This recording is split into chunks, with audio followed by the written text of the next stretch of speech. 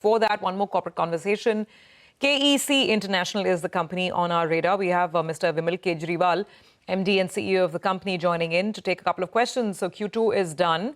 3 key points to focus on. We need to understand whether execution has picked up in the quarter. Now, margins, as we know, have been, at least in the quarter, they've been below the company's guided range of 8 to 8.5%. So is that just a one-quarter phenomena? What's the outlook? And finally, just some color on the net working capital days as well, which have increased. So let's try and understand more on this. Mr. Kejriwal, thank you so much for joining in.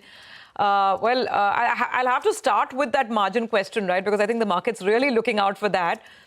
Because from a guidance of 8.5%, you're down and there was pressure on the margin. So just explain to us what happened. Was it a change in mix? Was it monsoon impact? Just the details. Surya, good morning. So one thing is that we have given an annual guidance of 8%.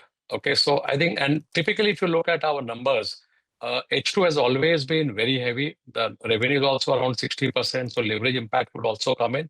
So I think we are still comfortable or confident that, margins would be around 8%. Also, if you look at year on year, our margins have gone up significantly by 80 basis points from 6.3 to 7.1. And the other pieces, if you look at my PBT and PAT, we've grown up by 88%. So I think overall, we think that we are there on track. Okay, 10-20 basis points here on there could be this. Okay, otherwise, I don't think we are worried about what is happening on the margin front. Okay, so you're on track for 8 to 8.5%. That's good to know. So let's talk about the top line growth itself and, how things have been looking up. Just give us some perspective on each of the businesses, T&D. I think on the civil side, because of, this being the monsoon period, there was a bit of a lull. But how do you see both of these segments play up in the second half? So one thing is that the margins would probably be closer to 8 than 8.5. I think we will stick to 8% rather than 8.5 right now. But on the growth, we did 19% growth for the quarter, and which I think is a decent one considering it was a monsoon quarter. But the maximum impact of the monsoon and all the festivals was on the civil side, which is where we actually had a negative growth on the civil business, while T&D grew by 44%. Okay, civil did not grow. I think there are 2 or 3 reasons. One was obviously it's India, so the rainfall played a role. Workers, I think they have increased, but they are still a little bit short than what we wanted to be. Third is I think we clearly continue to face problems of payment on the water sector, which is one of the reasons when we talk about NWC. And because of that, the water execution is pretty well regulated from our side. Depending upon whatever money we get, we are putting in that.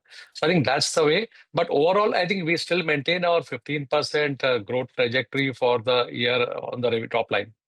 All right. Hi, Mr. Kejriwal. Good to see you again. Sir, but this 8% as well will look challenging because you'll have to do 8.8 to 9% margins in the second half of the year to get to that average of 8%.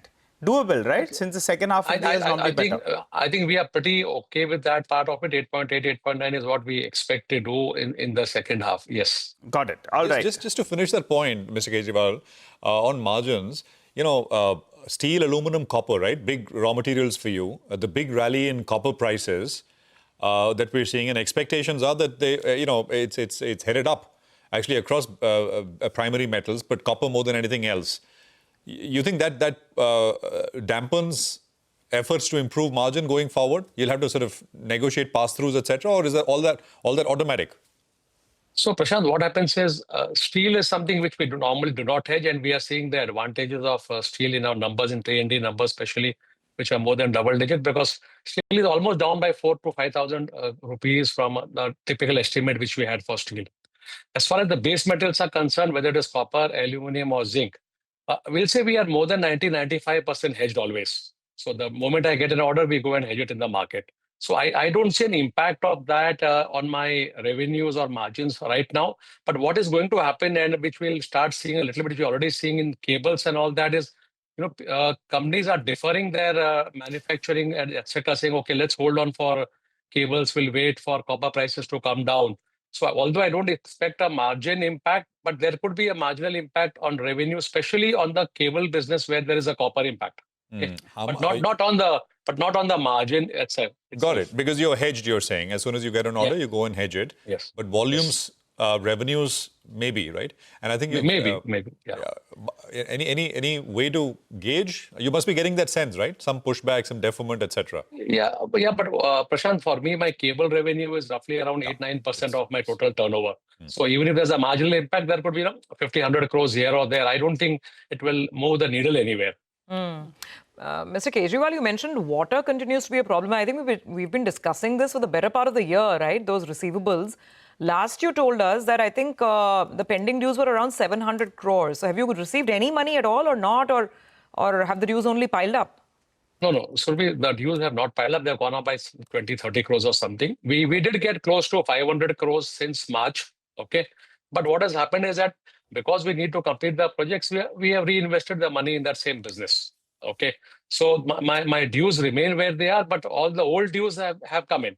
And typically, if you look at our water portfolio, we are in two states, MP and Orissa. MP has been pretty regular in paying. Orissa has been a significant laggard, although we did receive some money in the last month or so. So there has been, I'll say, very marginal improvement, but now we have been told that we'll pay. We'll keep our fingers crossed. That's one of the reasons why our working capital is also high, and also civil is showing a negative number. All right, Mr. Kejriwal, we leave it there, sir. Thank you very much for joining us. It's always a pleasure, and good luck as you and your team continue to execute. Thank you. Thank you.